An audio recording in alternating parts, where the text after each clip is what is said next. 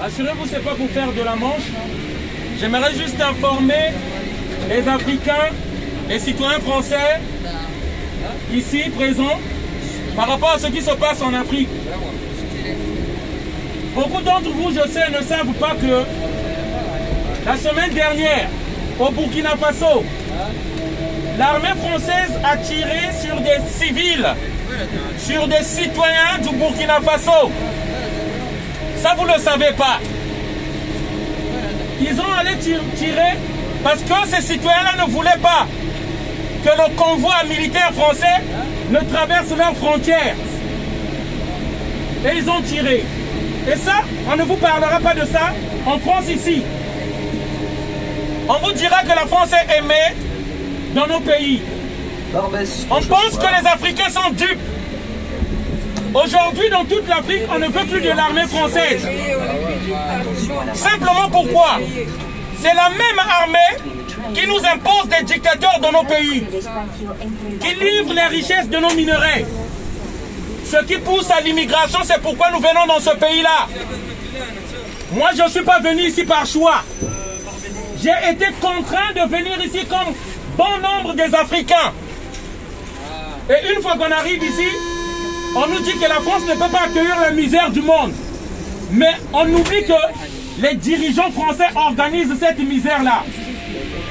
Le citoyen français ne sait pas que ces dirigeants demandent qu'ils mettent une pression au Mali pour dire qu'il faut qu'il y ait des élections. Mais de quel droit ils iront imposer aux Maliens qu'il y ait des élections chez eux? Pourquoi cette ingérence dans les affaires intérieures des États? C'est la France qui nous pousse à immigrer. Regardez, je montre ces photos-là pour que les gens sachent. On brûle le drapeau français, ce que nous ne souhaitons pas. Parce que ces gens-là en ont marre. Pourquoi? Parce que depuis 60 dernières années, la France a toujours imposé des dirigeants dans nos pays. En Côte d'Ivoire, Alassane Dramane Ouattara, au Congo, Sassou Nguesso, au Tchad, Idriss Déby, au Togo, Faure Gnassingbé, ce sont des marionnettes de la France. Et nous sommes fatigués de cette politique-là. Nous demandons aux troupes françaises de quitter nos pays. Parce que ces troupes-là ne sont que les soutiens des dictateurs. Bonne soirée à tous, merci. L'Europe et des Affaires étrangères. Monsieur le ministre, la France perd pied en Afrique. En ma qualité de président du groupe d'amitié France-Afrique de l'Ouest, je dois vraiment le constater avec beaucoup de regrets. L'influence économique, politique, diplomatique ou même culturelle de notre pays ne cesse de se dégrader au bénéfice d'autres pays qui, jusqu'à une période récente, ne se préoccupaient absolument pas de ce continent. Jusqu'à présent, cette situation nous préoccupait. Désormais, elle nous inquiète.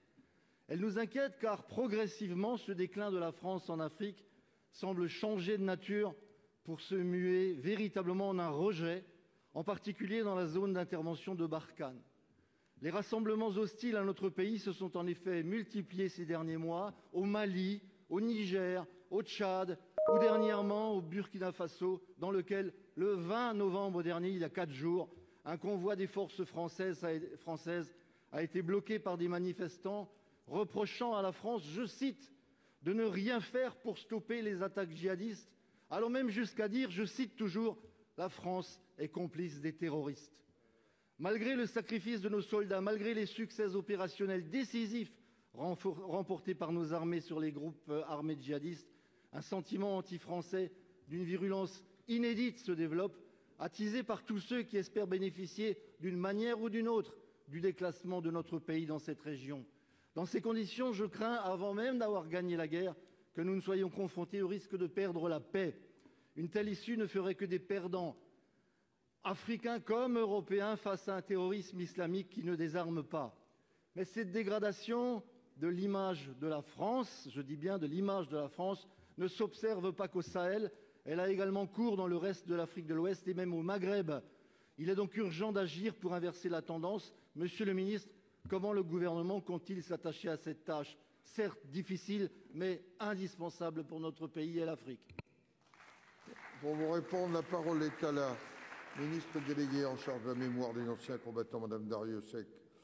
Vous avez la parole, Madame la ministre. Merci, Monsieur le Président. Mesdames les sénatrices, Messieurs les sénateurs, vous posez une question importante concernant l'Afrique, la présence de notre pays en Afrique et l'action qu'elle y mène. D'abord, je voulais vous parler du convoi terrestre que vous avez évoqué. Ce convoi terrestre qui ravitaille Barkhane est effectivement bloqué au Burkina Faso depuis le 18 novembre. Je voudrais vous rassurer, ce convoi est aujourd'hui stationné en sécurité près de Ouagadougou et au sein d'une caserne de gendarmerie burkinabé. Je voudrais également vous dire que le dialogue avec les autorités burkinabées et les forces de l'ordre burkinabé est permanent et que ce convoi n'a rien d'exceptionnel parce que c'est un convoi, c'est le 32e convoi qui est envoyé pour rejoindre la bande sahélo-saharienne et pour bien sûr transporter les ressources pour Barkhane. Alors aujourd'hui, vous le savez, le Burkina Faso est dans une situation sécuritaire très fragile. L'attaque d'Inata du 14 novembre a créé un véritable émoi dans la population, 53 gendarmes qui ont été tués. Et bien sûr, la population s'indigne et la population, ça suscite une véritable frustration auprès de la population car elle est la première victime des attaques terroristes. Alors, bien sûr, nous mettons tout en œuvre pour lutter contre la désinformation. La désinformation existe dans ces pays. Elle est quelquefois activée par des forces étrangères qui se veulent influentes dans ces États. Nous faisons tout pour lutter contre la désinformation, mais je crois que notre rôle majeur sera bien entendu de faire en sorte, avec ces États, qu'ils aient une stabilité politique et qu'ils puissent regagner la confiance de leur population également, en créant du développement ciblé mais efficace. Et je crois que ce n'est qu'à ce moment-là que nous pourrons apaiser ces tensions vis-à-vis de populations qui sont déroutées par ces attaques terroristes permanentes. Voilà ce que je peux vous dire aujourd'hui, Monsieur le Sénateur. La parole est maintenant à notre collègue Nathalie Goulet pour le groupe de l'Union centriste. Monsieur le Président, Mesdames, Messieurs les ministres, mes chers collègues, je voudrais vous exprimer mon inquiétude. Je travaille depuis longtemps. Les Grecs étaient devenus en quelques années la caste guerrière dominante dans le monde entier, alors connue. De la Sicile à l'Afrique du Nord, de la péninsule balkanique à l'Asie mineure, de l'Iran à l'Inde, jusqu'à l'Afghanistan, où Alexandre s'était arrêté. Les Grecs n'apprirent pas les langues de leurs nouveaux sujets, mais ils eurent l'intuition que pour mieux les dominer, il fallait les comprendre, et que pour mieux les comprendre, il fallait faire recueillir et traduire tous leurs livres anciens. C'est ainsi que les bibliothèques royales naquirent dans toutes les capitales hellénistiques, non seulement comme facteur de prestige intellectuel, mais aussi comme instrument de domination. Et dans cette œuvre systématique de collection et de traduction, les livres sacrés des peuples dominés occupèrent une place d'une grande importance parce que la religion était, pour quiconque avait l'intention de les gouverner et de les dominer à jamais, la porte d'accès à leur âme. Voilà ce que dit Luciano Canfora. Hotep. Cinquième et dernière question. Bonjour la famille, bonjour la communauté, bonjour la diaspora, bonjour la communauté afro-descendante. Voilà, je viens encore une fois de plus vers vous. C'est Donald Ngouma, Imperator, l'homme du métro, pour vous apporter une bonne nouvelle. Le combat sur les bases de l'économie, de l'entrepreneuriat, des finances est sur la bonne voie. Après avoir été en Belgique pour soutenir l'entreprise de la Twins, nous sommes aujourd'hui pour soutenir un frère qui est dans les assurances, Fly Assurance. C'est une assurance de la communauté africaine. C'est une assurance des afro-descendants. C'est une assurance des panafricains. C'est un Africain engagé dans la lutte, qui a compris la lutte, qui est dans ce domaine-là. Voilà, c'est cette nouvelle-là que je vais vous apporter ce matin. Mais je tiens toujours à glorifier d'abord Nzambian Pungu Tulendo, le Dieu de nos ancêtres, Tuka Kalunga, comme on l'appelle en Sango Ngapa. Voilà, comme on l'appelle du côté du Rwanda Imana, comme l'appelaient les anciens Égyptiens, Amon-Ra. Je tiens à honorer la mémoire de Thomas Sankara, de Emery Patrice Lumumba, de Sylvanus Olympio, de Modibo Keita, de Oumniobe, de Félix Moumier, de tous ceux qui ont œuvré pour la grandeur de l'Afrique. Je tiens à honorer la mémoire de Cheikh Anta Diop et surtout de Marcus Garvey. Oui, Marcus Garvey qui nous enseignait cette voie, qu'il fallait que le noir reprenne le pouvoir économique, il fallait que le noir reprenne le pouvoir politique, judiciaire, les médias. En tout cas, il avait 5 instruments que nous devons reprendre, surtout le pouvoir économique. Et bien, nous en sommes là. Fly Assurance, c'est notre assurance à nous. Moi-même qui vous parle, comme on dit, la charité bien ordonnée commence par soi. Je lui ai confié mon assurance automobile. J'ai commencé par lui demander une comparaison. C'est gratuit, il est accessible, vous aurez son numéro, vous aurez lui-même. Donc, il vous fait une comparaison gratuite pour savoir si vous payez plus ou vous payez moins. Chez les Noirs, il y a un problème de confiance surtout. On dit, ouais, est-ce que c'est parce que c'est un Noir qui est à la tête, est-ce que c'est sérieux, est-ce que c'est pas un escroc? Ça aussi, c'est une part de notre aliénation. C'est le travail qu'on a mis sur nous, on a perdu la confiance entre nous. Et alors, pour redémarrer, il faut qu'on réinstaure cette confiance. Il faut qu'on fasse un effort de permettre encore de faire confiance.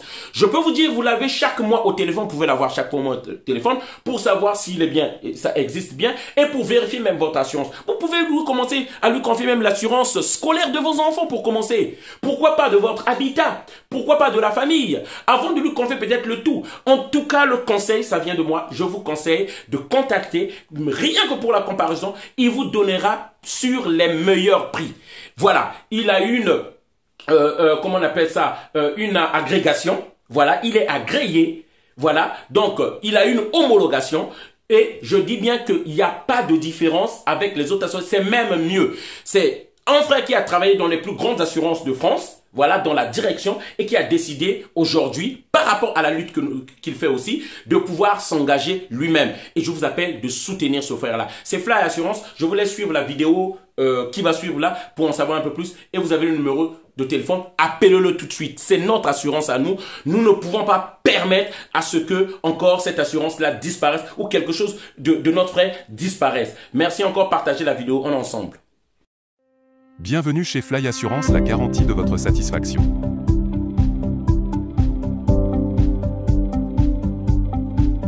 Nos offres d'assurance pour les particuliers.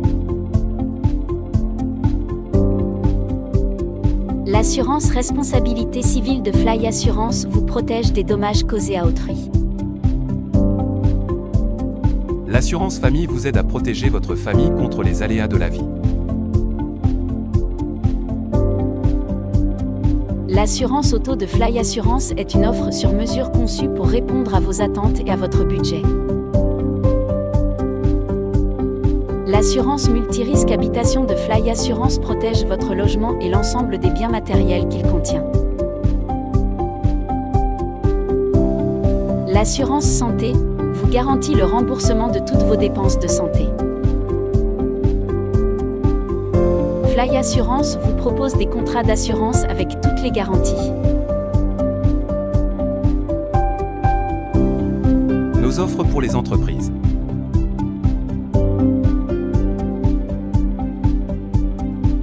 L'assurance responsabilité civile professionnelle se charge de couvrir financièrement votre entreprise si celle-ci cause un dommage à un tiers dans le cadre de l'exercice de son activité. L'assurance responsabilité civile professionnelle est obligatoire. L'assurance multirisque industrielle de Fly Assurance, c'est la solution qui protège les industriels contre tous les risques liés à l'exercice de leurs activités. La garantie décennale est une responsabilité qui pèse sur les constructeurs à l'égard des maîtres d'ouvrage. Elle couvre les dommages survenus après la réception des travaux par le maître d'ouvrage pendant 10 ans. L'assurance marchandises transportée de Fly Assurance offre la couverture adéquate lors du transport de vos marchandises. L'assurance responsabilité civile des mandataires sociaux protège le patrimoine personnel des dirigeants en cas de mise en cause. L'assurance flotte automobile permet de couvrir plusieurs véhicules à partir d'un seul contrat. Fly Assurance, l'agence 100% digitale. Nous vous aidons à trouver les polices d'assurance qui vous conviennent, afin que vous ne payiez que pour ce qui est nécessaire. Pour tout complément d'information, contactez-nous au 06 17 85 62 33. Fly Assurance, la garantie de votre satisfaction.